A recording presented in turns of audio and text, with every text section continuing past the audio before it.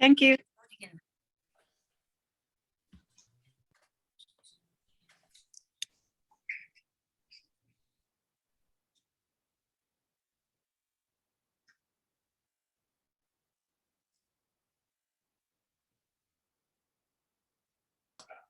we go. Steve, can you hear us? Okay, can you hear me now? Yes. Okay, perfect. I'm not sure what happened. I think it was the recording button that changed my mute button. Okay. So there we go. This is a 2-hour core class, and it's on Utah real estate laws. The rules, as Lesley-Ann has just highlighted, I'll just display on the screen for you in case anybody's just arrived. Obviously, have your full name displayed on the screen, have your video turned on for the whole of the class, of course, and be in attendance for the whole of the class. You do need to be seen and engaged. So we need to be as if we were in a class, together. We need to be able to see each other. I can only see a few screens, but Lesley-Ann can see everybody on the screen because I run a full screen for the slides today.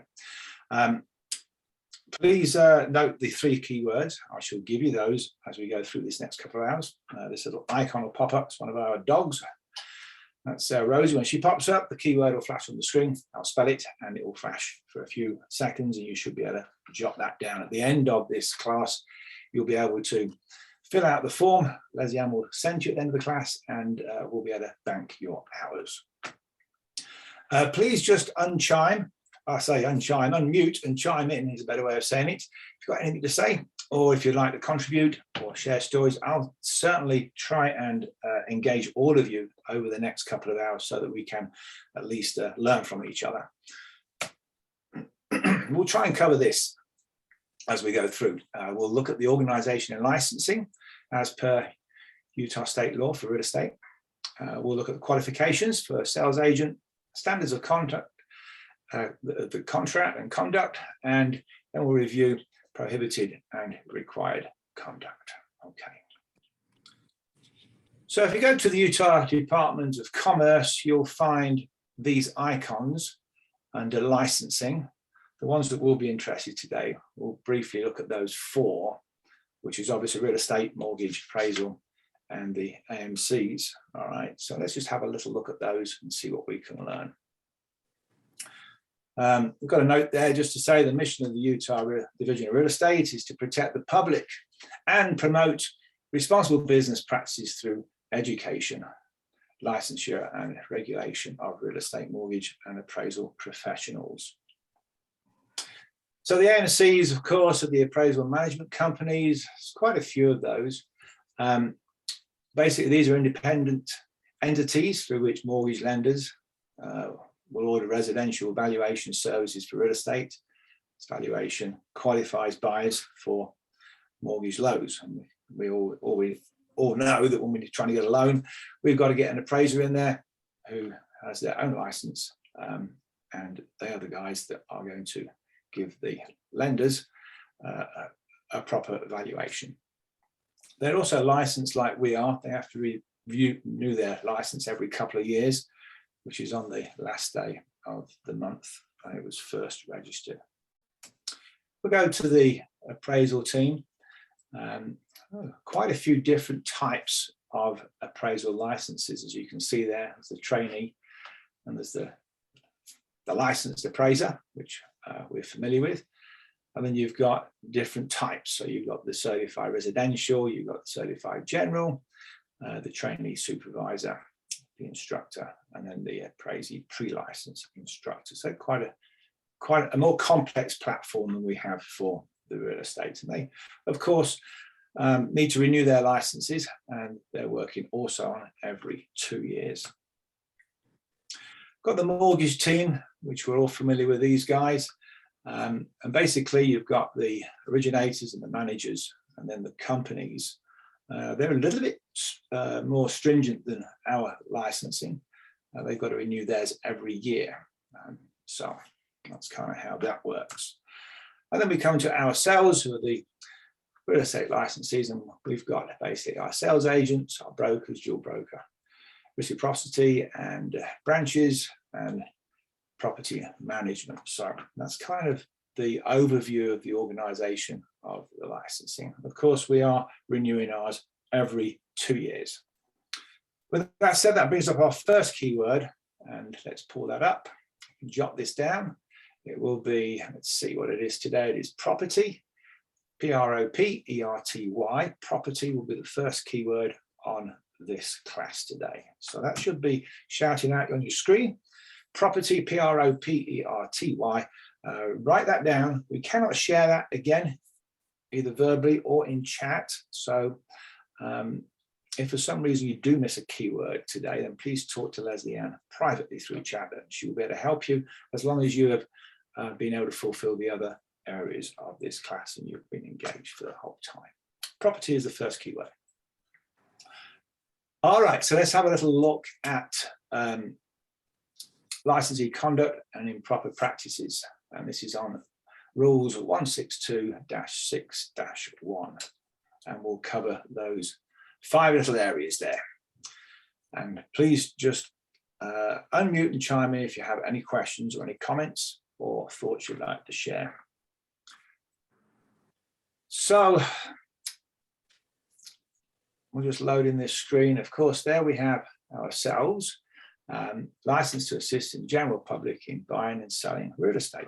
And we have any new agents on board today? Any brand new agents with us today who have just joined, you know, within the last few weeks or months? No? Okay, perfect.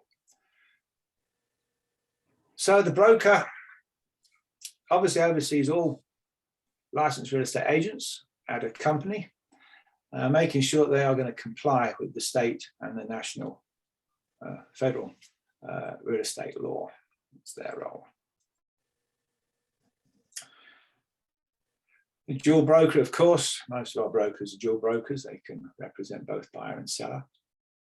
Reciprocity is Utah currently has agreements with Georgia, Mississippi, Alberta, Canada. Basically, these will allow you to move your, you'll keep your license, your federal license in place. You'll just have to take the extra state license if you move with those that have this current agreement. And then we've got obviously our brokerages and our branches. All of them need to be registered with the division in order to operate in real estate. Same with the property management. Obviously, license is required for agents and brokers that engage in property management, including advertising for lease or rent. So that's kind of like the little group that we work with. And most of us, I think, are with the general residential real estate. Let's talk about the qualifications. And it's interesting to look at the wording that's in the rules here.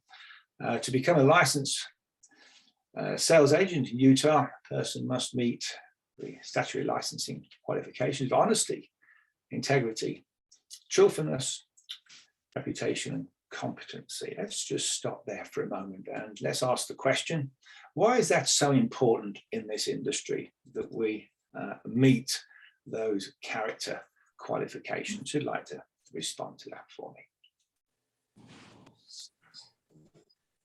It's a lot of money that people are spending on a home. Yeah, just tell me who's calling. Who's speaking there? It's Constance. Oh, hello, Connie. How are you doing today? Hi, Steve. Good. How are you? Yeah, great to have you with us. Yeah, if you could just tell me your name when you're chiming in, because I can't see everybody. Oh, sorry. Yeah, sorry. That's good. Yeah, it's just a lot of money that people are investing. I mean, it's their livelihood. It's a big responsibility. It is. Yeah, absolutely. And Connie, you've been in the business many years. You most likely have seen some agents that maybe have not been to the bar. Yes. We're looking at here. And how is that a challenge for you as an agent who is honest and full of integrity, trying to work some of these difficult transactions when we're working with an agent that maybe is not quite meeting the bar? Talk to us about that. Well, it's just very challenging, and sadly, I've had to call their broker and get the broker involved, and you know, people, I don't think, sadly, some people, I wouldn't say many, some people just don't take it as seriously as they should. So it's, you know, it just makes so much more work for us on one end if someone is not doing their job and taking it seriously on the other end. Yeah, it can cause a huge frustration. Oh, yeah. And as Connie said, there's not many, but sometimes we do come across a realtor that, you know, just isn't as sharp as they need to be in this area. And if that's the case, you know, we need to keep calm, we need to keep cool, we need to be composed and avoid any confrontation or contention with that agent. We do our best to make up the difference. It hasn't always worked like that, Steve, but we try. I know. We've got to make sure that we're not compromised. You know, Well, sometimes. but I'm talking about the frustration and you know, I've had to actually yell at people sometimes, and you know, so it's not fun. And it just, if everyone would do their jobs, it would just be so much better. Yeah. That doesn't always help. Steve, You know, one time I had to tell, this is Shireen. One time I had to tell an agent to just get out of my way and I would do his job because Right. he was just causing problems instead of helping. He was the problem cause. And I thought, you know, someone's trying to sell their house, someone's trying to buy their house. Why cause the problem? Why not help solve the problems? And I just said, I'll do your job for you. You'll get paid, but I need you to get out of my way because you're causing problems. And that's what I said to him. And I said it as nice as possible, but I said it because it needed to be said. Now, if for some reason, and thanks for sharing that, Shireen, you know, sometimes we do have to make a stand because we've got to get this transaction to the end of the road. And sometimes we'll have to pick up the pieces that are being dropped by the other agent. But if for some reason that the communications, even with our best efforts, start to fall apart, what can we do? What's the next stage we have to go to if we're working with an agent that is, you know, struggling in this area? Do we have any brokers with us today? Well, that's when your last resource is to turn to your broker. But as a professional, this is Liz. But as a professional, we should all train and we should all have the mindset that we can resolve. That's the reason why we're doing real estate, that we have to place ourselves in their shoes and it basically do our very best for their benefit. And to be a professional, we should basically work things out ourselves. Yeah, very good, Liz. Thank you for that. But if for some reason we need some help, then let's try and get the brokers involved to help us smooth that. Right, but that will be our last resort. Yes. Why are you with me, Liz? I never had to do that in the 23 years I've been serving real estate. So it's, you know, hopefully that we don't have to do that. Yes, stay with me, Liz. Would you like to read that gold lettering for me underneath the white? Can you see that? Yes, I never had to turn to my broker to resolve a problem for me because we're trained pretty good in our office that we, sit back and think about the things that you say and try to find a solution. There's always a solution for every problem. And if you believe in yourself that you can solve it, then you can do your best for your clients. Yes, and I've been doing this for 23 years. Good. Well done on that. Liz, can you read that on the screen for me in the gold lettering? Can you see that on the screen? Could you read that for us? Where it says as per administrative rule. Yeah, could you read that for us? Yeah, as you know, I'm on the phone, so no problem. No problem. Let me read it. My phone is very little. Very small, yes. I'll read it. Okay, should I try? Yes, that was the part.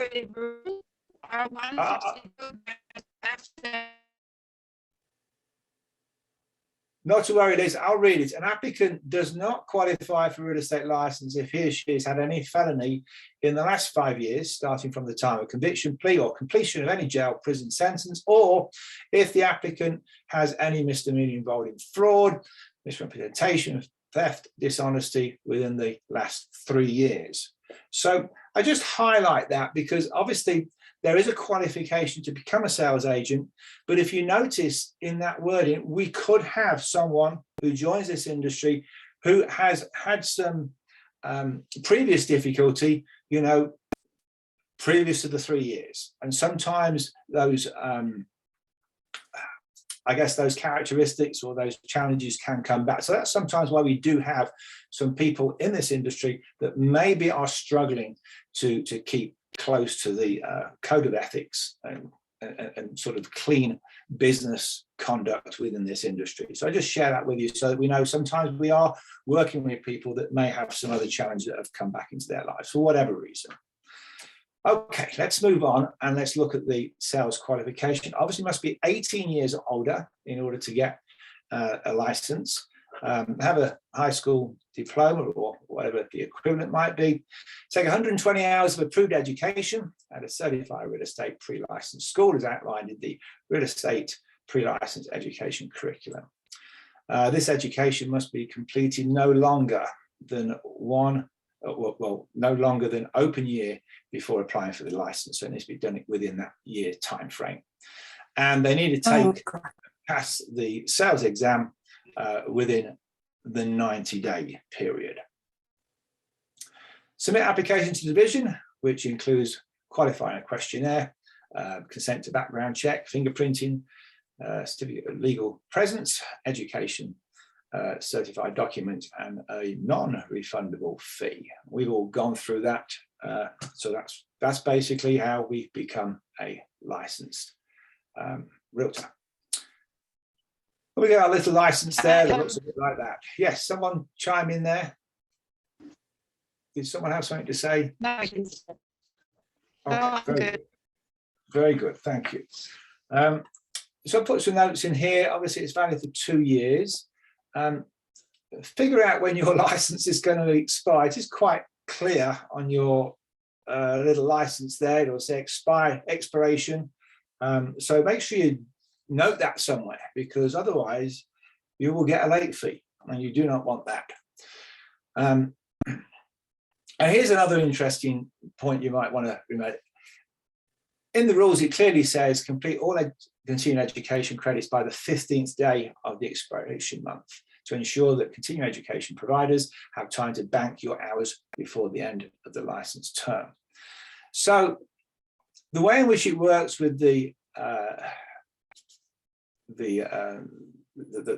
that are banking your hours, they tell us with our rules, the educators is we have 2 weeks to bank your hours. I always bank mine on the same day if I can. You'll notice at the end of the day, I'll say, hey, make sure you fill this form in because I'm going to bank your hours today. So it's done. But there is a window that they can take up to 2 weeks. So that's why in this part of the ruling, the division is saying, get your credits in by the 15th day of that month that your license is expiring, because if the instructor doesn't bank your hours and until a couple of weeks later, and say for instance you're on the last week, you've only got a few days left in that month, then you will not qualify. Really important that you aim for like the middle of the month. I had a situation last year. We actually had a course. I think it was on the penultimate day. It was like on the 29th of the month, and the last day was the 30th. And we had some agents on there that needed that credit to qualify for their 2-year license renewal. I always bank it on the same day anyway, if I can, the same day or the next day, depending on how people fill that form in. So they were able to get their credit, but it could have been another instructor who may have taken a week or two, and they would have lost the opportunity to renew their license with that credit. So just be aware of that. Make sure you don't catch you out.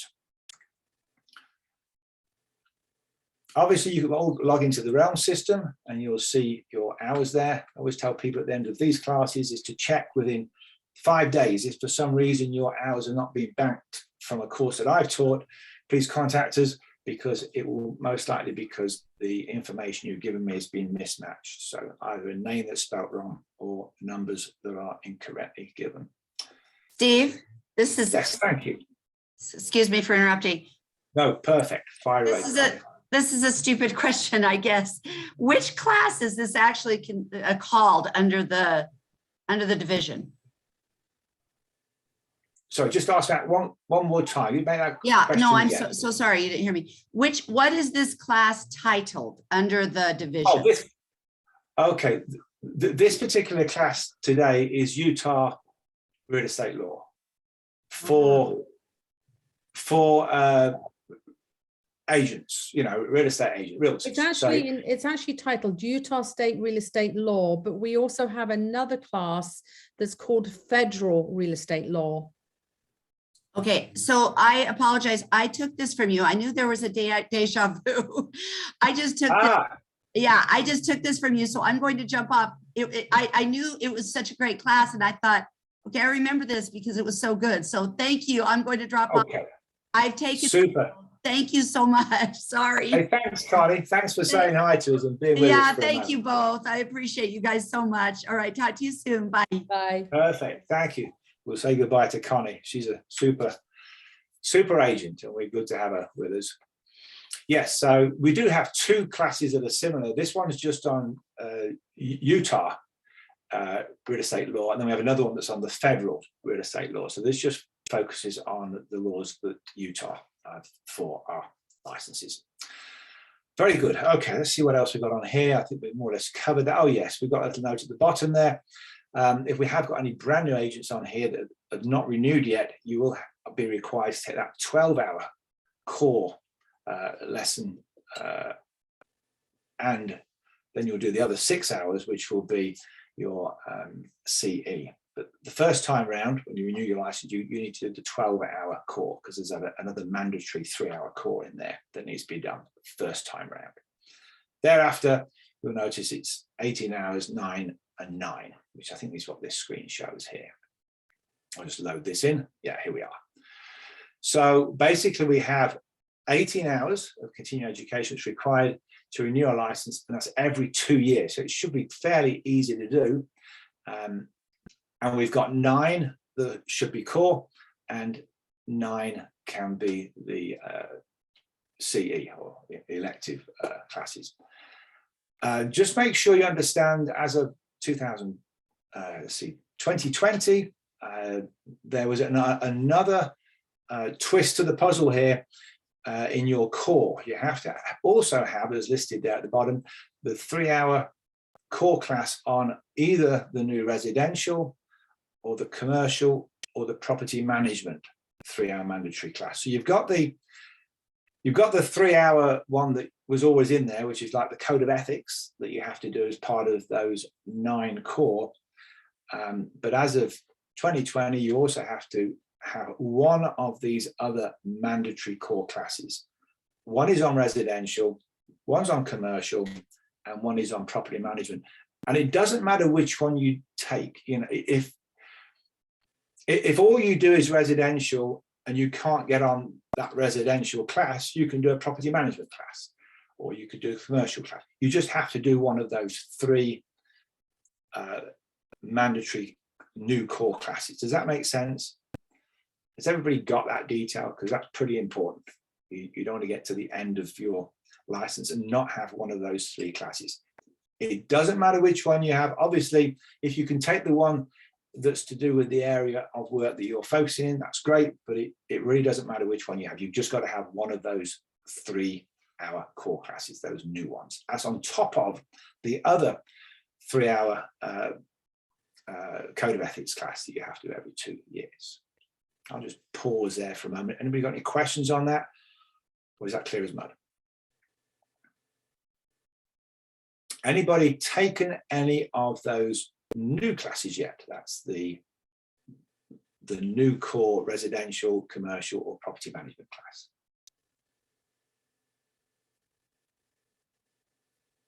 Okay, if none of you have taken that, then you'll need to make sure you find out when they're coming up. I know we have one coming up, I think next month, either next month or the month after. You know, you just need to make sure you get one of those in to renew your license. Stephen, It's this is actually Maureen. April, it's actually April, I think it's April 7th. We have the mandatory Property property management. management course, yeah. Yeah. You have the property management course, you teach that? Yeah, I do the property management course, yeah. Do you It's know the when one it of is, the say again? April 7th, a Thursday, again 10 to 12, and it's one of the 3 mandatory classes that Okay, realtors have to take, as Steve explained. okay. I've got the other one. I've got the residential, but I'd like to take the property management one. Okay, thank you. Okay, so you have taken the residential one. Well done. Yeah. Yeah, it's just got to make sure you get that, because these classes are not coming up that often, and you don't want to miss it, because otherwise the division just will not renew your license. So just to review that one more time, you are obviously doing the 3-hour Code of Ethics class, which we're all familiar with, and we've done that every 2 years. But as of 2020, we also now have to look at doing one of these new 3-hour core classes. Maybe just, Residential, I was going to say, commercial. maybe just pause that screen. Maybe those on the class might want to screenshot it or take a picture of it so you can refer back to it. Yeah, and it doesn't matter which one of those you take. And, you know, some agents are thinking, well, maybe I'll take the commercial one or the property management one, so I can have a look at it and see what it's about. Maybe I might be interested in doing some of that work down the track. But they're quite different, but they're good to look at. All right, so let's move on. Any other questions or comments on that slide? Very good. So let's see if we can tuck into some of these rules here, because we have to know them, and some of them we may not know as well as others, or a good reminder might be helpful. So we'll look at false devices, look at loan fraud, double contracts, signs, licensees interested in transactions. So let's go with this one first. Who'd like to read that for me? I got a good reader out there. I can read. Thank you. Sure. An individual licensee may not propose, prepare, or cause to be prepared a document, agreement, settlement statement, or other device that the licensee knows or should know does not reflect the true terms of the transaction, or knowingly participate in a transaction in which such a false device is used. Perfect. Can you tell me in summary what that is actually saying? Don't commit fraud. Yeah. It definitely is saying don't commit fraud. If I said to you, explain that to me in your own words, what is this statement actually saying, this rule? Don't allow, I would say, don't allow a document or something to be used as verification that you know is false, or that doesn't Perfect. reflect the terms of the transaction. Yeah, and if you notice, Carrie, there, some of the wording, it starts off with don't propose. So, you know, we're not, Don't me not suggest it. personally being, yeah, exactly right. Yeah, we're not even going to propose it. We're certainly not prepared. We're not even going to propose it. And we're not even going to get anywhere close to changing any of the documents or agreements that we're working with. Very good. Anybody got any questions or comments on that slide? Certainly, if we went back 20 years ago, we never had this slide, would we? Because, you know, in this modern day, we have lots of different devices, and we have to be careful when things go from one device to another, that nothing is compromised. Okay, very good. Let's move on to the next one. Loan fraud. Has anybody here dealt with or know of realtors that have had to deal with some issues with fraudulent mortgages or loan fraud? Who'd like to read that one for me?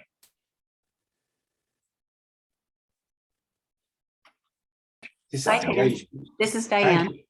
Diana. Thank you, Diana. A licensee shall not participate in any transaction in which a buyer entered into an agreement not disclosed to the lender, which if disclosed may affect the approving of a loan. Must not engage in act or omission in transacting the business of residential mortgage loans that constitutes dishonesty, fraud, or misrepresentation. Perfect. So there's two parts there, Diane. Just summarize the first one for me. Like an agent, we're not to participate in anything that we know is fraudulent, that is not true. If the buyer is saying something we know that is not correct, not to do that, and to not leave anything else out in a business or residential mortgage that is dishonest or misrepresenting something. That if you know about it, you need to say that's not a right thing, not a good thing to do. It could be absolutely. sued. Has anybody had, sorry, fire away. Yeah, has anybody had any experiences where they've had to deal with some of this with a client or someone connected to one of your transactions? I have. Can you hear me? Yes, it's Liz, isn't it? Fire Yeah, away, it's Liz. Liz. It's Liz. Hey, in the very beginning of my career, I went to list this home and I found out there was a second mortgage on the home, but he didn't know anything about it. So obviously the seller had him sign some papers and he bought it directly from the seller. It was a for sale by owner. And we could not sell the home because what he signed was $40,000 more than what the home actually worth at the time. And so we basically just, I told him to go see a lawyer and I basically back out from the listing. That was a while ago. Yeah, very good. I Thank didn't you want for to get sharing. involved. No, good idea. Don't get involved. Anybody got any other stories they'd like to share on this? I have one that doesn't have to do with mortgages, but it was a FSBO. Yes, And thanks, Julie. when you go into a FSBO and you tell them to fill out the seller's disclosures, I always say, this is where you can get in trouble. You have to be 100% honest. So they know, hopefully. Yeah. And they filled it out. My buyers bought the house. As soon as it rained, the deck was hooked onto the house wrong. And as soon as it rained, water just poured into the kitchen through the doors going out to the deck. Now, you can't tell me they didn't know that. And so we went after them to fix the doors and got it. But you're just like, people, if you'll just all be honest, then at least we know going in to buy it that, hey, you got a water problem. And it's because your deck's hooked on your back of your house wrong. So, yeah, just anything can happen. You just Yeah, have to be absolutely. as open and honest as possible. Yeah, honesty is the best policy. And right from the beginning, we looked at that first paragraph, and that first rule talks about our honesty and our ability to be ethical. We had a client many years ago. It was early on in our real estate time, and young couple, piece of land, and builder. We'd not dealt with this builder before. We didn't know him. We'd not been in the country that long. Only just got our licenses, and so off we went. And the agreement was built between our client, the buyers, and this builder. Anyway, as the transaction developed, there was a challenge with the mortgage for this home. The lender was not able to qualify this buyer for the amount they needed unless they could get some qualification of extra income coming in. So what the builder, and we didn't know this until it happened, what the builder had told our client, and this is when we found out the builder was one of these not very good builders, not ethical. He said, no problem. He says, this is what you would do. He says, will rent your house out to my sister, and she'll rent her house out to you. But you won't move houses. It's real simple. All you'll do is you'll send my sister, whatever, several $100s it was a month for renting her house, and she'll send you several $100s back for you renting her house out. But you'll stay in your same house. But this will satisfy the lender, and as it so happened, it would satisfy the lender. The way in which they got this money working. So our client says to us, "This is what we're doing." And it was like all the red flags were flying in our heads, and we were thinking, goodness me, no, you can't do that, because that's mortgage fraud. And our client fell out with us big time, and they went ahead and do this. We had to share it with our broker. It did go in a sort of a legal line there, but it was very messy. The problem was that our client wanted this house, and this builder had promised them everything that they wanted for the price, and the only way in which they could get this house was basically doing this fraudulent way of exchanging checks with his sister. So we learned very early on, as Liz said, you've got to walk away sometimes from these deals. But if it ever happens, get your broker involved quickly, and they will start the necessary steps to tidy things up. Any other comments or thoughts on loan fraud? No other stories out there. Okay.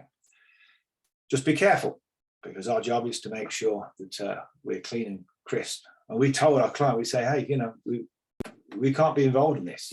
Our license is on the line here if we support this, and it's not the correct way of doing things. Here's another interesting line here. Mortgage loan fraud is a serious offence and can lead to prosecution and jail time for convicted offenders. Under US federal and state laws, mortgage fraud can result in up to 30 years in federal prison and up to $1 million in fines.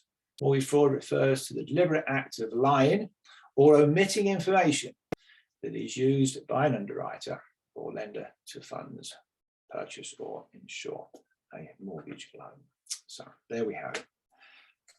Let's go to double contracts. This is an interesting one. Who'd like to read that for me? Let's see who we've got here. Tiffany, how would you like to read that for us today? Good to see you again. How are you doing? Good, thank you. I'd be happy to read that for you. Thank you. Okay, very much. double contracts. Double contract means two or more written or unwritten contracts of sale, purchase and sell agreements, loan applications, or any other agreements or contracts, one of which is not made known to a prospective loan underwriter or loan guarantor, to enable the buyer to obtain a larger loan than the true sales price would allow, or to enable the buyer to qualify for a loan that he or she otherwise could not obtain. An agreement or loan application is made known when it is disclosed in writing to a prospective loan underwriter or loan guarantor. Perfect. Do you want to just summarize that for us, Tiffany? We have some agents here that are thinking, well, that's a lot of verbiage there. What does that really mean? Well, I think once again, it just goes back to the integrity of our job, and to represent our clients, and to do something that's fraudulent is not within those parameters. Perfect. Yeah.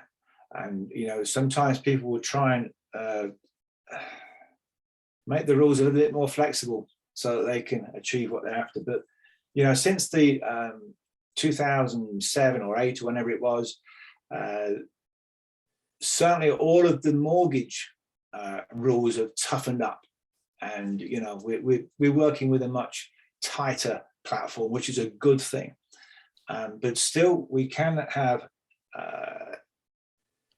real estate agents that can get involved in supporting these double contracts, where one is known and one is not known, and that will be definitely a challenge to comply with that administrative rule at the bottom there. I think the word that sometimes is appropriate is that people try to justify why Yeah. they do something, but if it's illegal and unethical, then there's no justification for that. And sometimes I think sometimes things fall into a category that don't fall under those categories, but it's still not the right thing to do. Yeah. And that's where our ethics come in. Just because something may not be in a rule, we know if things are right or wrong. We've got to steer away from it if it's not in good measure. So look at these standards of conduct in Rule 162 here. So we've got the listing content, the net listing is the advertising, dual agency, double commissions, soliciting listings, finder's fee.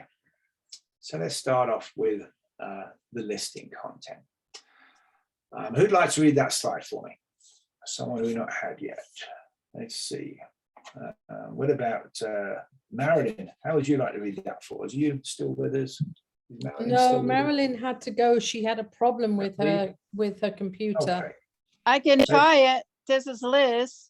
Oh no, I just Liz, have- you already read once and you're on that very small machine. Let's bring in Sadie. Sadie, are you able to help us on this one? Sure. Perfect, thank Okay, you. listing content. Each listing shall be submitted to WFR, multiple listing service, within 5 business days of the effective date of the listing agreement.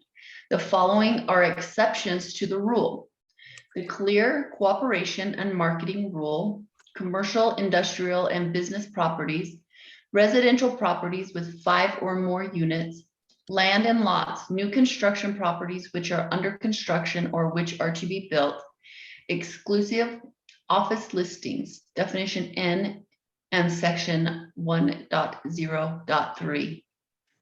Perfect, so they're the 5 exceptions there. So stay with me on this, Sadie. So we've got 5 business days we've got to get our listings submitted to that MLS. Just remind us what 5 business days are.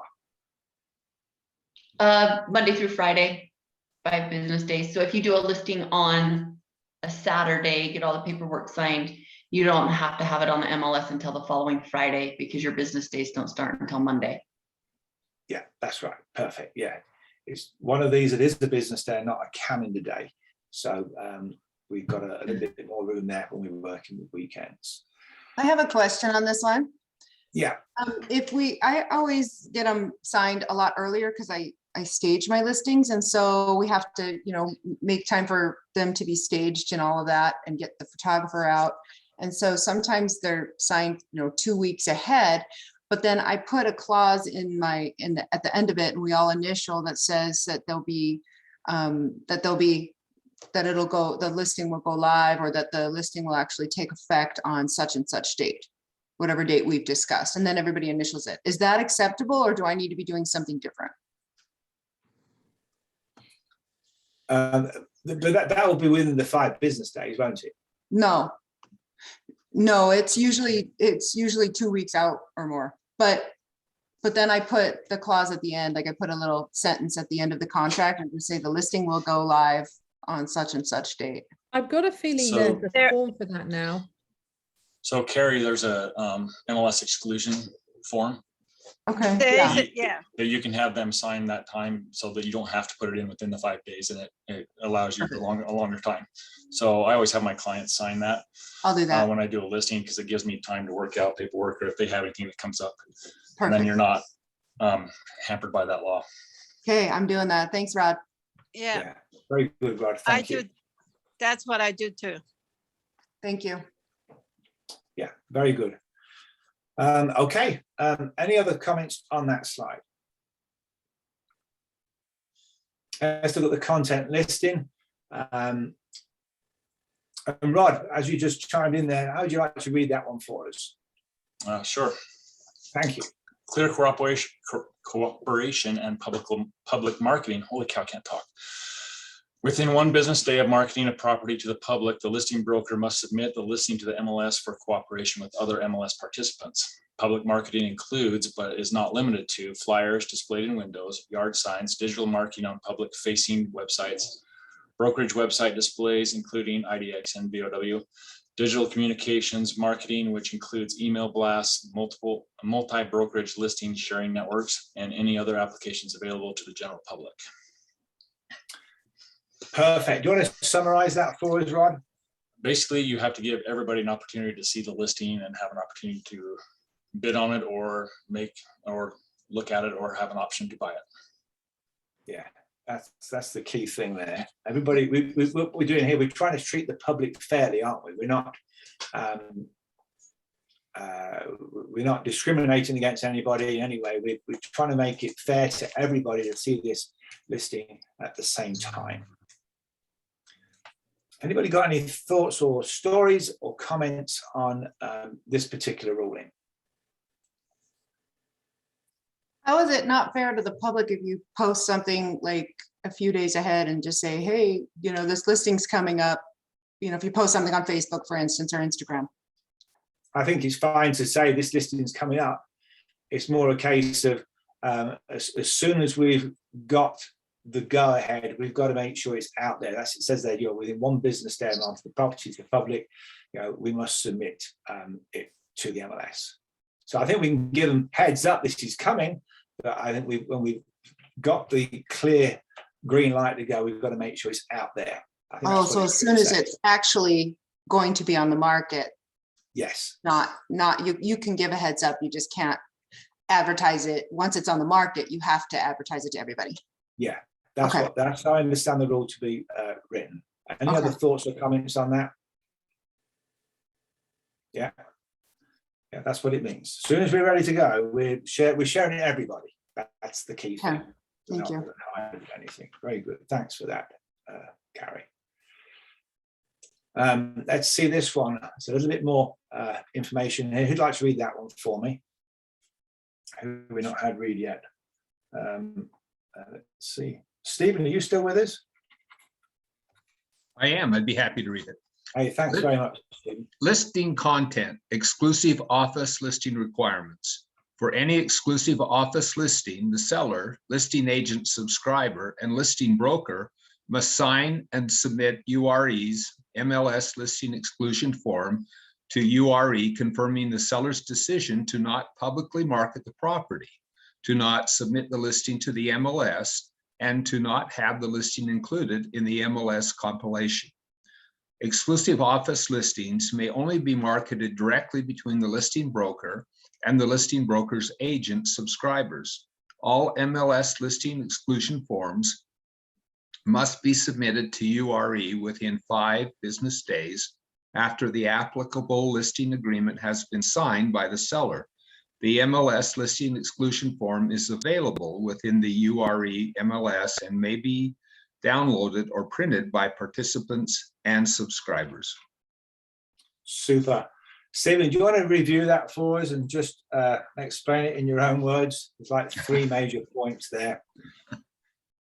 Well, they're creating, I guess, what you would call a safe harbor for an exclusive right to market the property, but there are these strict requirements that you have to meet in order to do that, as outlined here. Filling out these forms and making sure that they're submitted in a timely fashion in order to be able to do it in this way. Perfect. Anybody got any questions on that screen? Can anyone think of a circumstance that would be beneficial? How would this be beneficial to a seller ever to not open it up to the MLS? Anybody like to respond to that question that Carrie's shared? What circumstances may we enact these exclusions? Anybody got any ideas? Let's see if I'm bringing Daryl. Daryl, any ideas on that one? You know what, I can't, honestly, I've seen this before and I can't understand why anybody would do that. So I have no idea, to be honest. Yeah, I agree. Obviously, it has been done before, and that's why the rule's there. Usually they add these rules in when someone's done something. And they think, oh, let's add that rule in there so it doesn't happen again. I'm not aware of Steve? any stories. Yes. I was just going to mention, what about safety? Like if someone doesn't want the public to know of a certain, like they're moving, maybe they have a restraining order against a partner or something like that. That's something that I would think I wouldn't want open to the public. So Right, maybe yeah. safety. Yeah, that's definitely one I would suggest could be a concern, safety issue. Or maybe there are some personal circumstances. Maybe there might be a someone has some presence, not necessarily a famous person, but someone that has some presence in a community that they're trying to protect. So yeah, good call. Any other comments on that slide?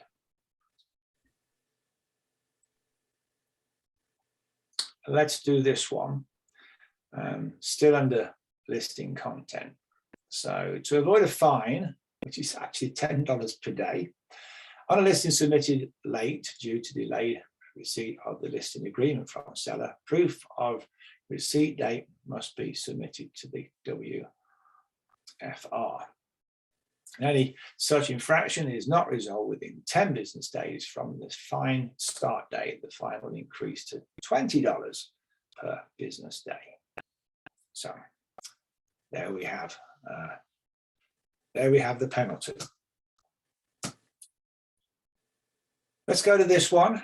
Who'd like to read that one for me? Who we've not heard from today yet? Let's see on my list. Oh, Jenny, how would you like to do that one for us? We had Jenny with us earlier this week. Sure. Thank you. Listing content. An immediate fine of $100 will apply for any violation of the following: Section 10 and 33 of the Policies and Procedures. Section 10C. Any copyright infringement by the subscriber shall not be tolerated. Section 33A. Change of status of listing within 3 business days of the date on which the seller enters into a final and enforceable real estate purchase contract for the property included in any subscriber's listing. The subscriber shall show such listing in the MLS database as under contract. Super. Jenny, do you want to just explain those 2 areas to us in simple terms? So yeah, I mean, basically you've got, 3 business days if the status of the listing changes. So if it does go under contract, you've got to put that in there so everyone knows that it's no longer available. Perfect. And then what about the copyright infringement? Can you give us an example what that might be? Would that be if you're taking photos from the MLS from a previous listing, or maybe remarks, copying and pasting remarks or something? Yeah, it's taking material that's you've not originated without permission. That's basically what we're looking at there. Anybody had to deal with any content issues that have kind of gone a little bit crazy on a transaction? Anybody have any stories on those? Okay, just make sure that we are falling within that 3 business day mark if we are going to change any status of the listings. Okay, let's move on. There's a copyright. Okay, let's talk about fines and confidentiality. And just load this one in and we'll have a little chat about it. So a fine of $1,000 for the first offence, and then we're straight up to that $5,000 for the second offence, which would apply for any violation of Section 21A of the Policies and Procedures. So, confidentiality. Subscribers shall not disclose any confidential information to anyone. Anyone. Have a think about that. Except as ordered by a court of competent jurisdiction or otherwise required by law. Subscribers shall not disclose any confidential information pursuant to a court order or as required by law until subscriber has given WFR 10 calendar days prior written notice and opportunity to oppose such disclosure. So let's first of all talk about what are we talking about with regards to what is confidential material, and then who is anyone? Who'd like to talk to me about this on confidentiality?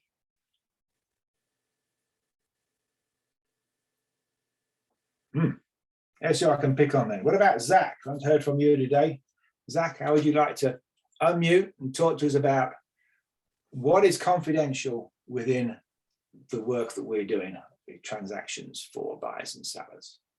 I would say anything that either your buyer client or listing client tells you that's pertinent to the negotiation, maybe price of a property. Okay. Anything else? So maybe they tell you some things. What else is confidential when you're working with your client?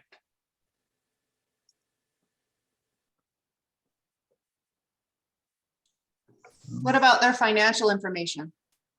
Yes. Yeah, I guess any mortgage or financial information, if they're disclosing any of that type of stuff to you, if you're going over that. I mean, really anything that they don't want you to disclose. What about the agreements, the REPSI, for instance, the addendums?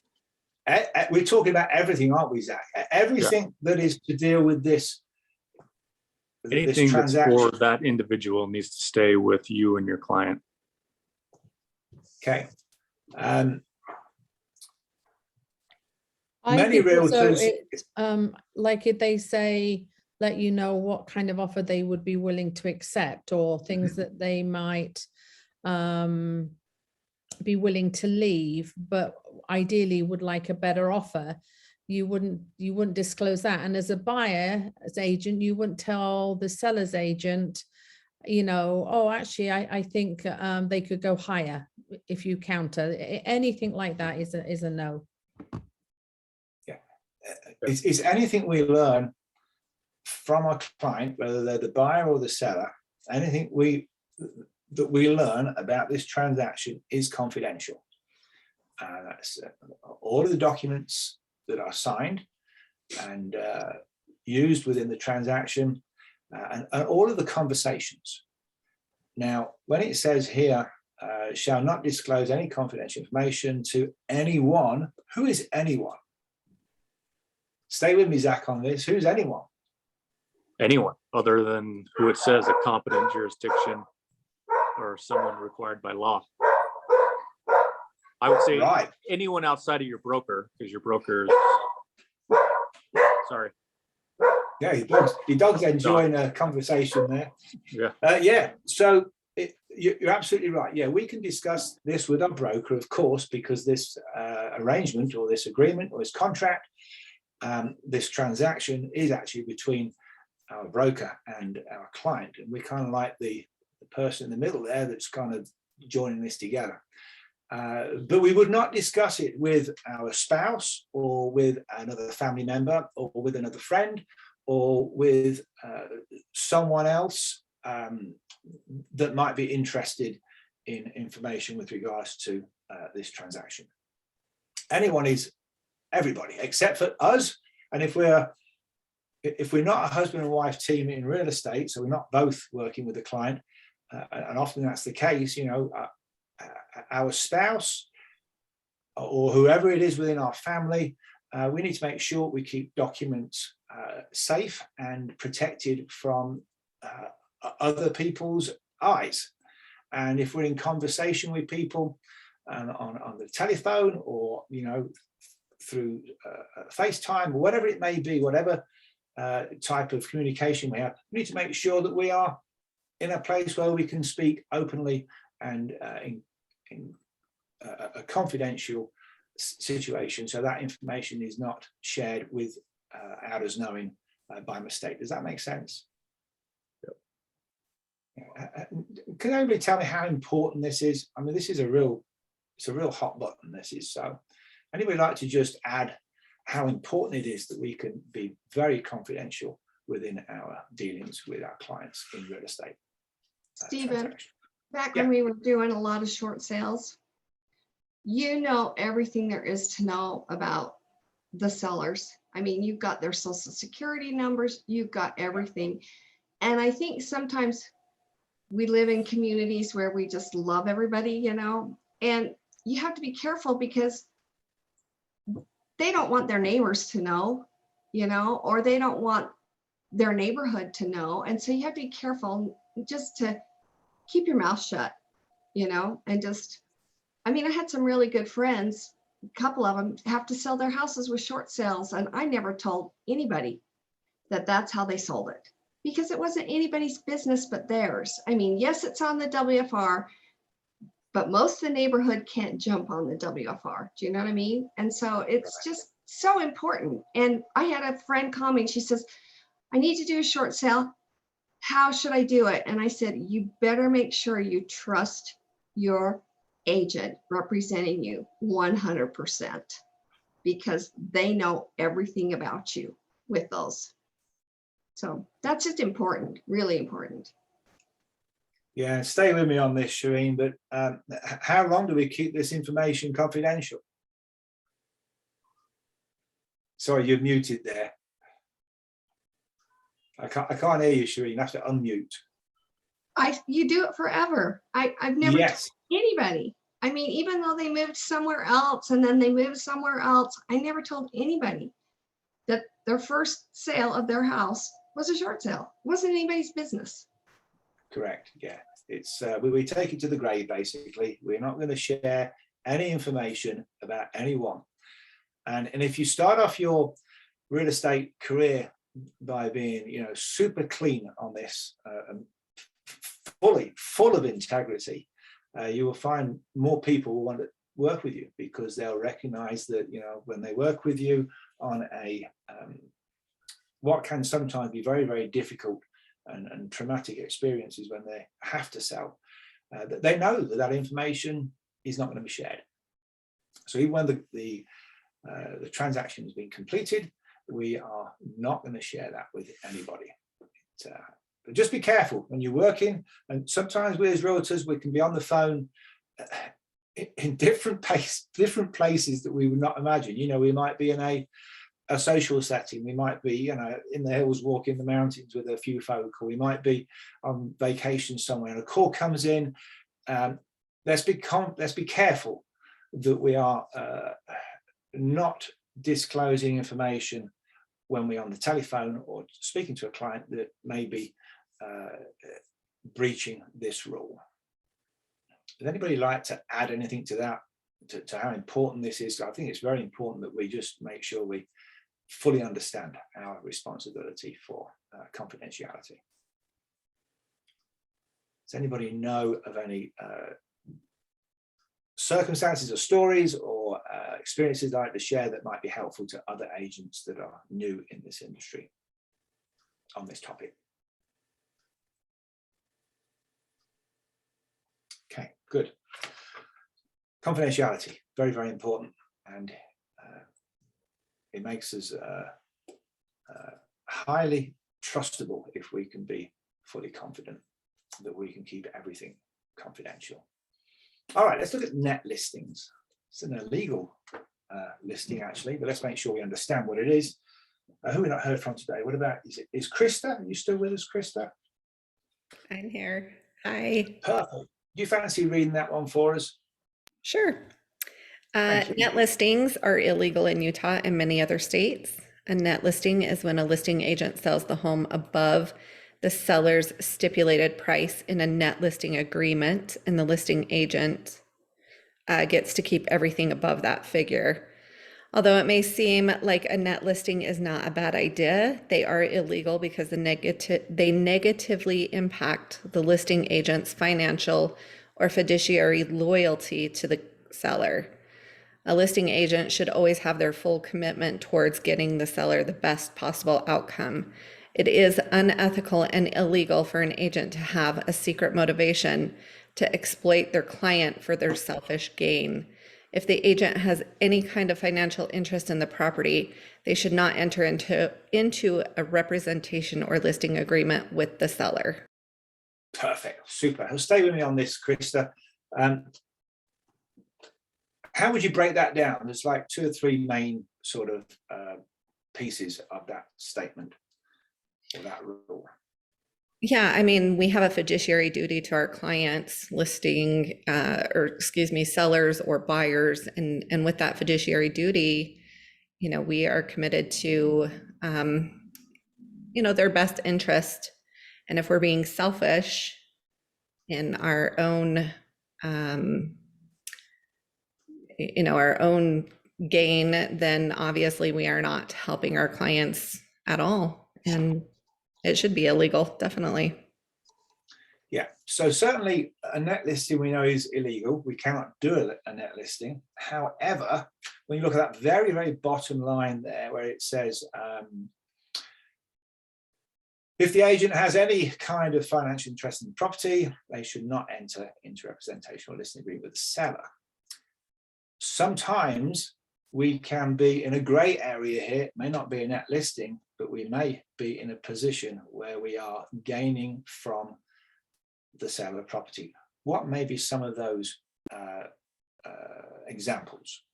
Anybody like to share with me some examples of what that might look like?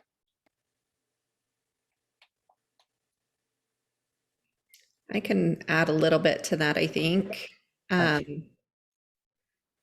If you're having a conversation with somebody and they talk about listing a great property, they mention a price and it's well below what you think the house could sell for, and you may try and insert yourself into, purchasing that property from them. Something to that effect. Yeah, that's definitely one. What about if we are, we may have some relationship with the seller that may not be clear. It may not necessarily be a formal agreement.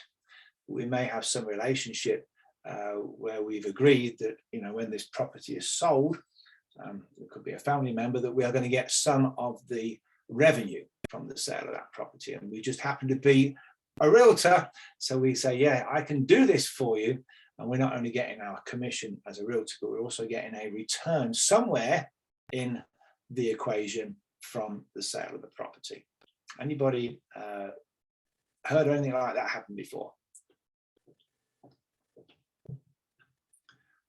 So sometimes it may not be something that's actually written down and concretely in some sort of agreement, but it may be a verbal agreement or a accepted agreement that one may have with another, and they're going to gain some benefit from this house sale.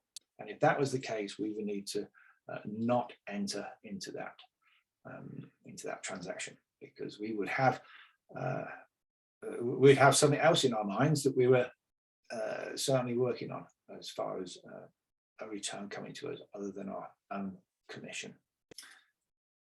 Any other questions or thoughts or comments on the net listings? I'm not sure how many years back it was, but there used to be a lot of net listings. I think you're going back into sort of like the 70s and the 80s, where they would, the seller would say, I'm happy to receive, 200 grand for this house, whatever you can sell it, you can keep the rest. And that's where the challenge was. And that's why this rule was put into force. Okay, let's talk about advertising, shall we? A few things on the advertising here we might want to just review here. So let's see, who would like to read this one for me? Who we not heard from today? I think we've got everybody involved, actually. Oh, Ashley, you still with us, Ashley? Is Ashley still with us? Maybe she's not with us. Diane. We've had a bit from Daryl. Okay, maybe I've got everybody in. I'm supposed to bring everybody in if I can. Right. Oh, Minette. Hey, Minette, we not heard from you today. How are you today, Minette? I'm good. How are you? Yeah, good to have you with us today. How would you like to read that one for us? I just noticed there's a little spelling error on one of those lines. So these are new slides. Let's get that one tidied up. Okay, fire away. Sure. Advertising. Clearly and conspicuously identify the name of your brokerage in any advertisement. When it's not reasonable to identify the brokerage name, simply ensure that the electronic advertisement directly links to a display that clearly and conspicuously identifies the brokerage name. Don't use any abbreviations for brokerage name. When using social media, the brokerage name must be less than a click away. Perfect. I think that was all of them on that one. Oh yeah, that's the rule. Very good. Stay with Minette on this. So the first top section there is we need to clearly identify the name of our brokerage in any advertisement. And you'll notice there is kind of another rule there that says, well, you know, if you're under a different name, then the name of your brokerage needs to be half the size of the brand name that you're selling under. So it's important that people understand that they're dealing with the brokerage, the broker, and not necessarily dealing with us as our own company name or branded name. So hopefully we all understand that. But this little section here, Minette, where it says, let's see, when it's not reasonable to identify the broker's name, simply ensure that the electronic advertisement directly links to a display that clearly identifies the broker name. So if you're working on internet platforms, you know, websites or whatnot, you just want to make sure when you've got that click that it is it's highlighted. It's not like a faint, you know, soft grey look. It needs to be clear. So there's no misunderstanding where they can go to find their full name of your brokerage. And of course, if we're on any print, we need to use the full name. We don't use any abbreviations for that. Any other questions on that advertising rule? We're all good with that. Okay, very good. Okay, stay with me, Minette. Let's look at this dual agency, which we obviously know as limited agency. And let's see if we can just review a couple of things that might be important for us to highlight here. So obviously we've got the agent representing both the buyer and the seller in the same transaction. And if that's the case, then we do need to use this limited agency consent agreement. Have you ever used one of these, Minette? I actually have. Tell us about it. Tell us on the circumstances you needed to use this so we can learn. Well, sorry. I had listed a home, and it was a Sunday afternoon, and I got a phone call of some unrepresented buyers that wanted to walk through the home. And so I told them I would meet them there, but I explained that to them. They were really interested in making an offer, and I just explained to them that I didn't do limited agency, and I would refer them to another agent to help them and to represent them in that transaction. So that's what I did. Okay. And how did it work out? Well, they did not, their offer was not accepted by my seller. So it didn't work out for them, but yeah, it's hard to represent. I've heard it. Let's see, an explanation would be it's hard to represent the defendant and the plaintiff in a court case at the same time, have both of their interests at heart. So I steer far away from dual or limited agency. Yeah, that's a safe way of doing it. Sometimes there will be situations that may come across our paths that, you know, it's okay to work this. We had a client some years ago. They had their best friend and they'd been speaking for a number of years about their friends buying their home. They'd agreed on a price. They'd agreed on the conditions. They kind of knew that they were going to go ahead and sell this home to their friends, and both parties they'd already agreed verbally what they wanted to do. They just need someone to write up the agreement.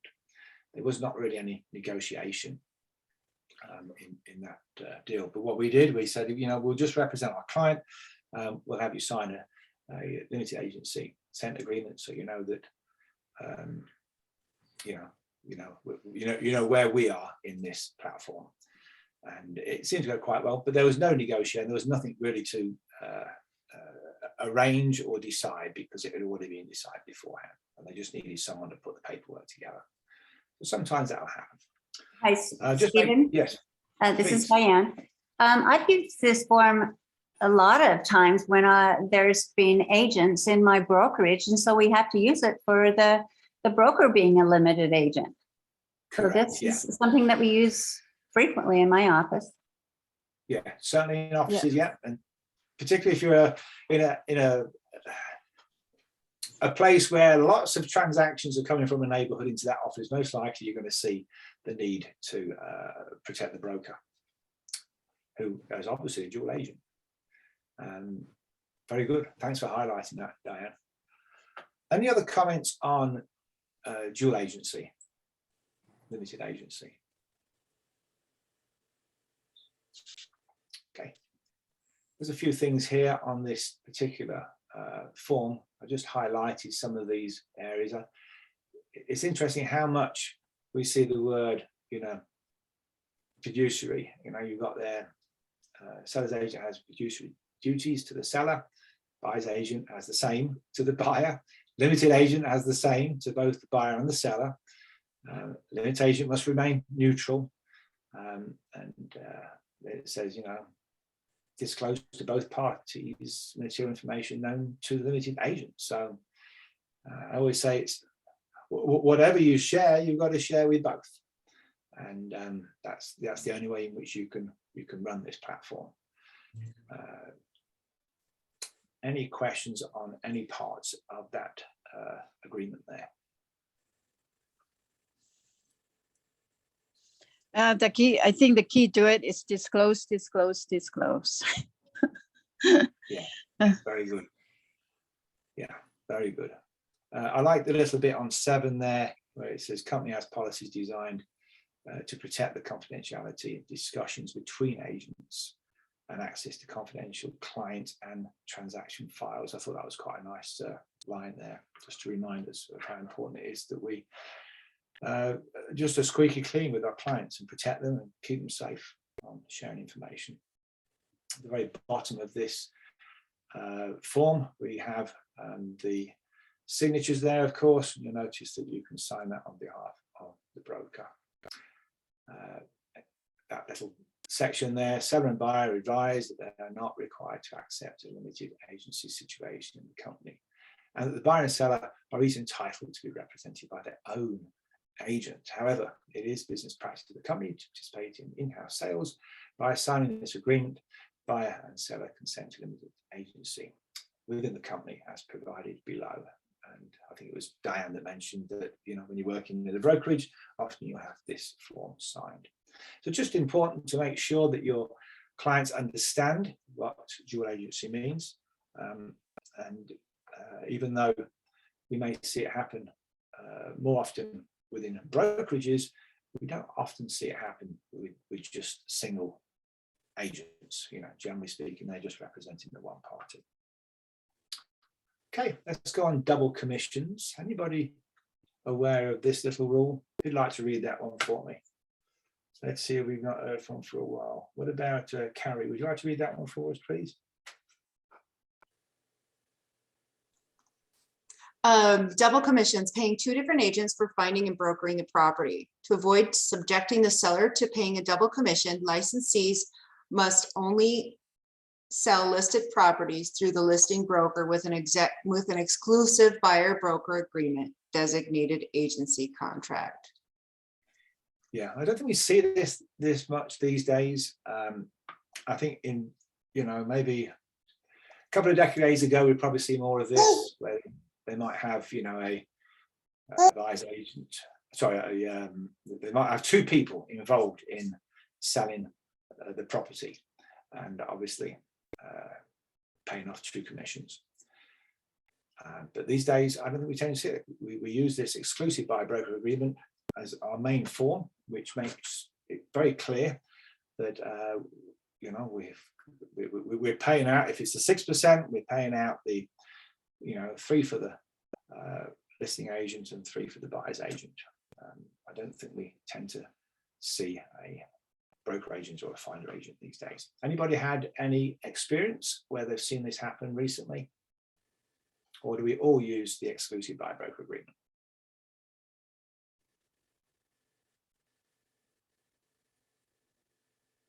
where might we see a double commission, even if we're being careful on this?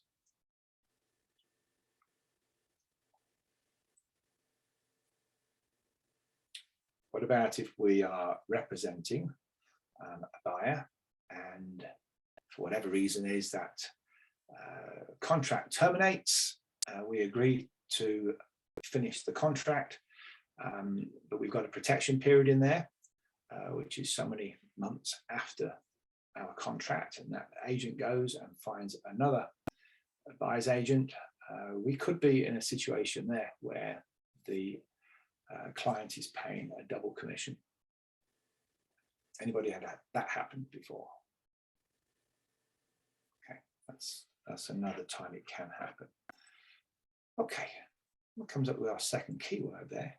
I think it's the second one, or is it the third one? Let's just, I think it's the second one. So there it is. It will be paying is the second keyword. That first keyword we gave early on, if for some reason you missed that keyword, please talk to Leslie Ann through the chat privately. She's going to be able to help you. The second keyword is paying, P-A-Y-I-N-G, paying, and that'll be the second keyword for this class today as we get through this next 30 minutes. There it is. Paying is the second keyword. So soliciting listings. Individual licensee should not attempt to enter concurrent agency representation agreement when the licensee knows or should know of an existing agreement with another licensee. How might that happen? Will any of you put door hangers or postcards through homes, and then you see a home that maybe they've got a sign outside? Would you put a door hanger on that home? Diane, I saw you say no. Tell us about that. Well, if they already have a sign there, you don't want to advertise your services. I mean, because they're already listed with someone else. I think that's something that we have to be careful about. More so with me, I think, is when a buyer comes in and looks at a property and they're interested in putting an offer in on the property if I'm selling it, and or a new buyer, and they say they're not, they haven't signed any contracts, but yes, they have. They've just forgotten about it or didn't know or what they were signing. So it's something that we have to be careful about, especially taking on responsibility of representing a buyer, that we make sure that they are not have already signed something with another person or had implied agency as well. So.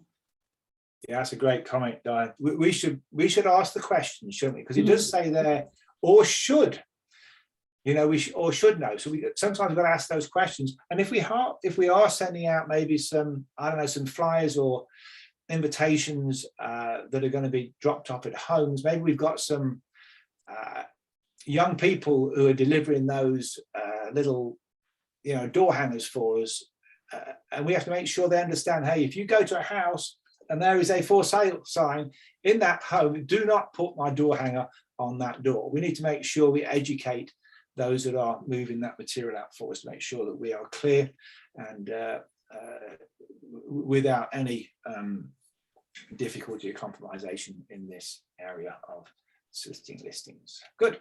Any other comments or thoughts on that rule? Okay, let's talk about finder's fee. This is an interesting one. Who'd like to read that for me? How about you, Daryl? Would you like to read that for me? Let's see if I can bring in Daryl. Daryl, can you unmute and read that one for me? Finder's fee. An individual licensee may not pay a finder's fee or give any valuable consideration to an unlicensed person or entity for referring a prospect, except that a licensee may give a gift valued at $250 or less to an individual in appreciation for unsolicited referral of a prospect that results in a real estate transaction. Okay, so Daryl, just help me understand this. So I say to you, hey, I really do appreciate clients that help me sell their home, and I always give them a gift at the end for, you know, maybe a couple $100, $250. So, you know, remember me when you come to list your home. What's wrong with that? That's soliciting something that I can't do anyway. So, you know what, this has happened to me. I've had somebody come to me and say, hey, I'll, you know, thanks for selling my home for you. I have somebody, if you'll give me $500, I'll make it worth it that you get the listing. I'm like, yeah, not interested. Right. Yeah, we're okay to give a gift after the transaction has happened, and that can be up to the value of $250. But we're not going to mention that beforehand at all. That because otherwise it would end up becoming a referral fee. It needs to be a gift of value for being able to work with them on the transaction that happens after. They're not expecting it. That's the key thing here. Right. They're not expecting it, but we're good to do that. But there's no way in which we can pay a finder's fee or give any valuable consideration to anybody that's an unlicensed person for getting a referral for a prospect. So let's make sure we all clear on that one. Any other? Can I ask a question about that, yeah. please? Thank you. Thank you. What about, I've seen some advertisements like a husband-wife. Husband is an agent, wife throws some advertising on Facebook or some type of social media. Hey, list your house with my husband, so-and-so, and get a free iPad or a trip to wherever, you know, a condo that they can stay in for a week. How do you prevent an unlicensed individual from actually advertising that kind of service, I guess? So a lot of it is in the wording, as far as I'm aware of. One could say maybe you're working with a particular market of maybe, I don't know, first-time home buyers. You might say, you know, we would give you so much money for new furniture for your home, which we do for first-time buyers. That obviously comes out your commission. There is a way in which you could do that, but that would not be down as a finder's fee. That would be down as a gift you're giving from your commission to help a new home buyer. A lot of it is in the wording of these advertisements as to how you might help someone. But what this is talking about is this is solely a finder's fee for a prospect. That's the key thing here. This is for a prospect. You give me some money, and I'll tell you who my friends are who are thinking of buying or selling. That's what this is for. A slightly different piece of the puzzle, if that makes sense. But if you're working with a client, and you may say to them, hey, you know, we'll look after getting in some deep clean for your home, and I'm going to pay that out of my commission. That's a different thing. It's not a finder's fee. You're working with a transaction. Does that make sense? That does make sense. Yes, thank you. Perfect. Yeah, thanks for raising that question. Can I ask one more question about that? Yeah, please do. Oh, it's a little different, but my understanding, this has to do with builders. It's my understanding that agents who bring a potential a builder, a client, can receive a finder's fee. Is that correct? I understand builders are under slightly different rules there. And I can't remember exactly what they are, but I know there are just some slightly different rules where they can give something to an agent if they're working. I'm not sure if they can advertise that, but you probably are more familiar with that than I am if you're in that industry. They don't actually advertise for a finder's fee, do they? They have some sort of way in which they can remunerate an agent, don't they? If they've got an agent that's working with them on a continual basis. Well, from my understanding, it's mostly a verbal agreement until you write up the contract about the finder's fee. So you have clients that are purchasing a lot, and you're helping them find a builder which is really hard in this day to find a builder who is willing to take on new clients. But builders, some of the builders that I've talked to and that I've heard other agents have talked to have received finder's fee, or the builders are willing to give a finder's fee. Yeah, and But I I think just you're didn't know right how there. that. It's something to do with when they actually get started on that transit. It's something written in there. I don't think they can advertise a finder's fee. I think it's something to do with when that transaction gets going. I'll have to find out more about that. In fact, it's a good question. I'll make a note on that. But the builders do have a way in which they can remunerate an agent. I think that's what you're really asking, but I'm not sure that it's the same as what we have to deal with. We can't pay someone to give us a referral. That's where our challenge is. Any other comments on that one? Okay. So we're doing on timing. Okay, very good. So here we've got a few things here we just look at as we get into the last 20 minutes of this class here. So we've got retention. Whoops, right, I went a bit too quick, that did. I must have pushed the wrong button. Let me pull back in again. Retention of buyer's deposit, referral and provision of settlement services, signing without legal authority, counter offers, don't give legal advice. So they're the 5 we'll just tuck into now. So this rule 1622-401, principal broker holding the earnest money deposit shall not be entitled to any of the deposit without written authorization from the buyer and the seller. Usually our brokers are pretty good on this, but basically that money is protected. And if you've ever got a client that's worried about the protection of their earnest money, we can quote to them that rule. It's quite clear that the principal broker or the broker holding that deposit is not allowed to touch any of that money. So that's kind of a nice rule for us. I don't know if anybody's had any challenges with that rule. I probably would think it would be a rare situation. So this one here, this kind of goes a little bit on what we just spoke about. It's just another area. Let's see if we can have someone read that for me. Who's not read for a while? Let's see. What about Sadie? Do you fancy having a read on that one for me?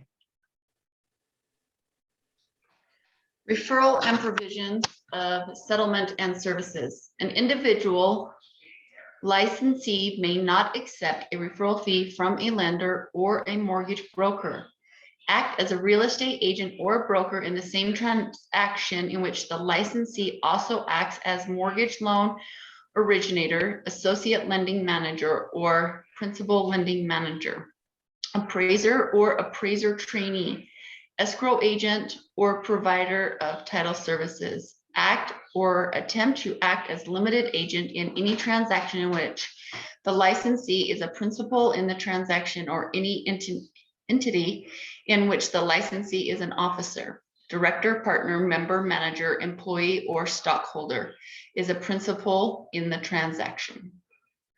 Perfect. I think this rule was strengthened a little bit just after the crazy 2007, 8, and 9. And you'll notice now that if lenders or title companies are interested in having us work with them, there are certain things they cannot do, and certainly one of them is paying for referrals. Any thoughts on that paragraph you'd like to highlight, Sadie?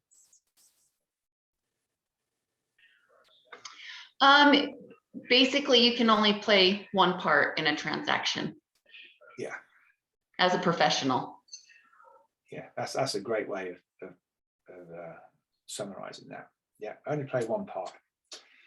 We can't be compromised, and we can't have any situation where we are in a dual platform. Any other questions on that slide? Okay. Signing without legal authority. Licensee cannot sign a document, contract, agreement that should be signed by the principal broker without permission from the principal broker and with a fully signed power of attorney for a specific purpose. Has anybody been in a situation where they've had to sign a document because the principal broker has not been able to, and they've had that power of attorney option to be negated? Anybody been involved in that? just make sure that when you're watching and looking at all the documents you sign, some of them do have the principal broker's signature that's needed there. Most of them we can sign on behalf of our broker. We just make sure that we've got the legal authority to sign form if that form requires a signature. Anybody got any comments on that slide? Okay, let's talk about counter offers. Should not be made by making changes, whiting out, or otherwise altering the pre-printed real estate purchase contract language or words or dates, putting blanks. All counter offers should use the state approved addendum form. Anybody had any challenges in this area or had any situations? Yeah. I'm going to make a comment about that. I actually had another agent cross out some wording and have their people initial after I sent it over to make changes. And when I told them that my brokerage would not accept that we needed to redo the paperwork, he was irate. So I was just frustrated. It's surprising how many agents don't know that is not acceptable, I guess. Yeah, and then it's difficult to navigate that through when he's all wound up because he's saying, yeah, we've altered this and we've signed it. But it clearly makes it absolutely crystal clear that if we're going to change anything on these documents, then we just use an addendum. And that's real simple. I'm not a fan of 10,000 addendums. So like if I've got a listing and someone's countering, it's easier to talk to the agent and kind of get on the same board and then talk to your sellers or talk to your buyers and make sure everybody agrees. And then write up the addendum and then get it signed so that you're not got 15 addendums because someone's countering this and wants the fridge and then they want the washer and dryer and then they want $1,000 towards their closing costs. It's easier to just get all of that verbally worked out than have, I mean, I guess if you have to do addendums, yes, but I'd much rather do it verbally first and then write it up an addendum so your offer looks really clean and I not agree. messy with 10,000 papers. Yeah, I agree, Connie. That's what, sorry, Shireen. That's what we have done mainly, especially if the other agent is good at communicating and they're on the same page as you and agree. It can just save so much time. Even more so in this market, you don't want to be going backwards and forwards with loads of addendums. The chances are, if it's not where it needs to be, they're just not even going to respond. Yeah, that's what I think. Yeah. I think it's just easier. We need to remember that we can communicate. Yeah. And it doesn't have to be on a text. We can make a phone call. Yeah. You know. Yeah, thank you. Yeah, and there's a benefit of I'm 100% agree with those with the comments. Yes, it's always better to resolve things on the phone than texting. You know, when you take that approach, it does two other things. Number one, it really builds your relationship with that other agent. It gives you an opportunity to build some good chemistry. You start to see how that agent works, how he or she navigates their side of the transaction. It allows you to become friends with that agent, and that's a huge benefit. And then, of course, the second part there's a benefit is you get the detail right. You know, that agent has worked with their client, and you and they are in agreement. And sometimes you say, well, I'll write up the addendum and I'll put this, this, and this. Will that work? And I say, yeah, that'll work perfect. And off it goes, and it comes back all signed. It may seem like it's a little bit slow to start off with it. Ultimately, it's a quicker way of doing business. Just a quicker way of doing business. Just think to yourself, let's just get these addendums put in, and everything's tidied up. They're all part of the REPSI or whatever it is we're working with. But you are building up a good relationship with that other client through that agent. Stephen, the other thing I've noticed is if you have that good relationship with that client, the next time you go to write an offer on his listing or her listing, they already know you And they know Yeah. you follow through, you do your job, and they like working with you. And so that's a plus, especially in this market when they're getting 16,000 offers on every listing. If you've been good to work with, they're like, oh, I like working with her, or I like working with him, and that helps. Yeah. I couldn't and- agree more. I think relationships are so important in this industry. You know, and sometimes you need that agent big time, because, you know, often on these transactions we'll hit some twists and turns in the journey that can be very, very difficult to navigate. And if you've got a really good relationship with the agent, you can make it work. You know, I think more or less anything can be solved if you've got a really good relation with the other agent. Together you can make the two parties, you know, come to an agreeable platform. Very good. Any other comments on counter offers? I've Here's always a good one. said, and I may Oh. have said it on this class before, I believe when agents are able to communicate with each other and their clients, you can overcome most challenges. Yeah, absolutely. Amen to that. So don't give legal advice. Licensees should never give any legal advice or tax advice. Licensees should also not give any advice on the physical condition of the property. Both the licensee and the brokerage should always strongly recommend their clients seek legal advice from a professional. And then we look at that little section there in number 6, the company and the buyer's agent are trained in marketing of real estate. That always amuses me, because when we take our test, we don't get any training on that. But we get trained with our brokerages, hopefully. So neither the company nor the buyer's agent are trained or licensed to provide the buyer with professional advice regarding the physical condition of the property or regarding legal or tax matters. Buyer is advised not to rely on the company or any agents of the company for determination regarding the physical legal condition of property, including but not limited to past or present compliance with zoning, building code requirements, conditions of appliances, heating, cooling, plumbing, electrical, fixtures, equipment, sewer problems, moistures in the roof, foundation. It goes through everything. Basically, we're saying we don't do that, and it's your responsibility to figure out whether or not this home is going to be good for you. But we cannot give you legal advice. Now, here's the question. Sometimes we may be,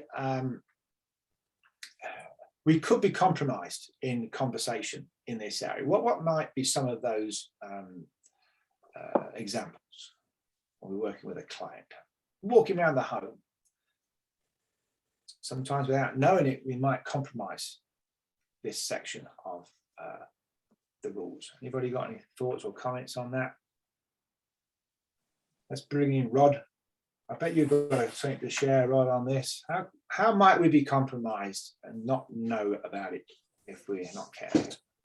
Well, I think if you're walking through a property or a home or something and you voice something that may be your opinion and that without, just because it's your thought, you're thinking out loud, you have to be careful of what you say, because they may take that as, oh, well, he said this and now I'm going to hold him to it. And then you can be in trouble. Yeah, so if you're my realtor, Rod, and you're showing me the house, and I say, oh, what do you think about this?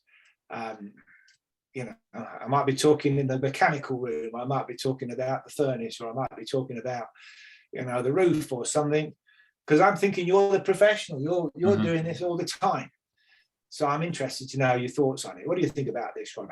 How might we respond to those questions? Well, I would say your best bet is to get a professional to come in and inspect it and make sure it's up to code or whatever, just for your own safety. Have a professional look at it. That way you know exactly what kind of condition it's in. I'm not here to give you that advice. I'm just here to help you find a property. Yeah, perfect. It's always good for us to lead them down a journey that will be successful. And that's what we say. You've got your due diligence period. You know, let's get you can get an inspector in. He or she is going to look at this property and they're going to look at 3 major things. Number 1, they're going to look at safety. Number 2, they're going to look at repairs that need to be done. Number 3, they're going to look at maintenance. Most of it is probably going to be maintenance. But that person will give you the best professional advice. And then if you need some help, they often can recommend you know, other professionals in the industry that may be able to help you with your electrical, your plumbing, or whatever it may be. So yeah, that's the way to handle it. Just be careful that we don't give our own personal opinions, because when we're looking at houses, in our minds, we've already got opinions, because we, you know, we know what we like and we know what we probably don't like. So yeah, keep it close to your chest. Very good, Rod. Thanks for sharing that. Any other comments or questions on that slide? Okay, just run through these last few here. Prohibited and required conduct from a licensee. So failing to comply with accepted standards of real estate sales, leasing, or management industries. That comes under this 612401. Be careful, jeopardizing public health, safety, or welfare of others.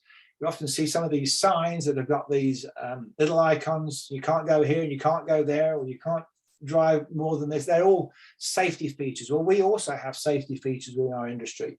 We've got to be careful that we are not overstepping those, making sure that we are in line with the rules.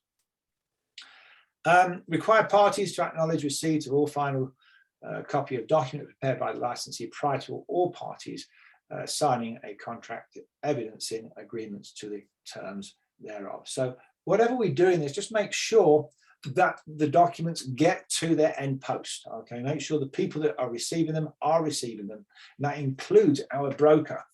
You know, we may have everything signed, but our broker's got to have those documents, and whichever format we're using or system we're using, just make sure that our documents are getting to that end post in the required time. False representation, prohibiting any misrepresentation to the division, an application for license renewal, or in an investigation. So if we come across any false representation, steer away from it. We need to make sure we're squeaky clean as realtors. Proposing or repairing, cause to prepare a document, agreement, settlement, or other device that the licensee knows or should know does not reflect the true terms of the transaction, or knowingly participates in the transaction in which such a false device is used. We talked about that early on, so just make sure that we are clean in that area too. We've got the licensee is prohibited to knowingly participate in the transaction in which a false device is used, to participate in a transaction in which the buyer enters into an agreement that is not disclosed to the lender, and if disclosed might have a material effect the terms of them granting them the loan. Obviously, we talked about not getting involved in double contracts, and make sure that place a sign on real property without written petition of the property owner. We can't just go and stick our sign up there. We've got to make sure we've got their permission to do that. And that includes if we're putting directional signs to a house that we are selling. You know, if you're putting directional signs on someone else's property, you need to have their permission. And that obviously never taking net listing, we covered that as well. Yeah, sell listed properties other than the listing broker. We always work through our broker if we're selling properties. This slide, subject to principal to selling double commission without paying principal's informed consent, enter or attempt to enter into concurrent agency represented or representing when the licensee knows or should know that the principal has an existing agency representation agreement with the licensee. And that we covered the finder's fee. We talked about that $250 that we can give at the end of a transaction, but not as a finder's fee. We talked about the referral fee from the lender, and you can only be in one job, as one of our agents said there. And we also, yeah, we covered that section there. And we covered this piece here. Yeah, cannot make a counter offer by striking out or whiting out or substituting any new language on those contracts. We talked about that. Let's see on that one. And we talked about the written consent with the broker. Let's see. Okay. Can advertise or offer to sell or lease property at a lower price than is listed without the written consent of the seller or lesser. Cannot represent on any form or contract that the individual is holding client funds without actually receiving and securing the funds. Sharing information, we talked about that. And that puts it on that third keyword there, which I'll bring up, hopefully. We've had 2 keywords today. This is your third one. It's going to be prohibited, Prohibitted. It should be flashing up on the screen. If you have any problems with the keywords, talk to Leslie Ann privately through chat. I can't mention them to you again, or we can't share them in chat. But that one is the third keyword, prohibited.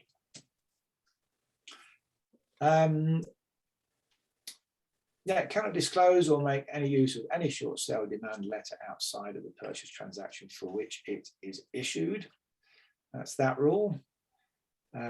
Short sale, we did talk a little bit about that earlier on, and that gets us to the end of our class today. I'd like to finish just a couple of minutes early, so I'll take any questions. We talked about the organisation and the licensing today. We talked about qualifications for our agent, renewal and reinstatement. Talked about some of the standards of conduct. We covered false devices, loan fraud, double contracts. Talked about signs, what we can put on the signs, interest in transaction from licensees, listing content. Net listings, of course, are illegal. Talked about advertising. Covered dual agency, limited agency, double commissions. Often we don't do those. We talked about soliciting listings. We shouldn't be doing that either with any money or finder's fees. Retention of buyer's deposit, referral and provision of settlement services. Signing that legal authority, make sure all those people that are signing documents do have the authority to do so. Talk about counter offers, and certainly do not give any legal advice. That's what we covered today. I'm grateful for you all being with us. Anybody got any outstanding questions or comments or thoughts they'd like to share before we close this class up? All right.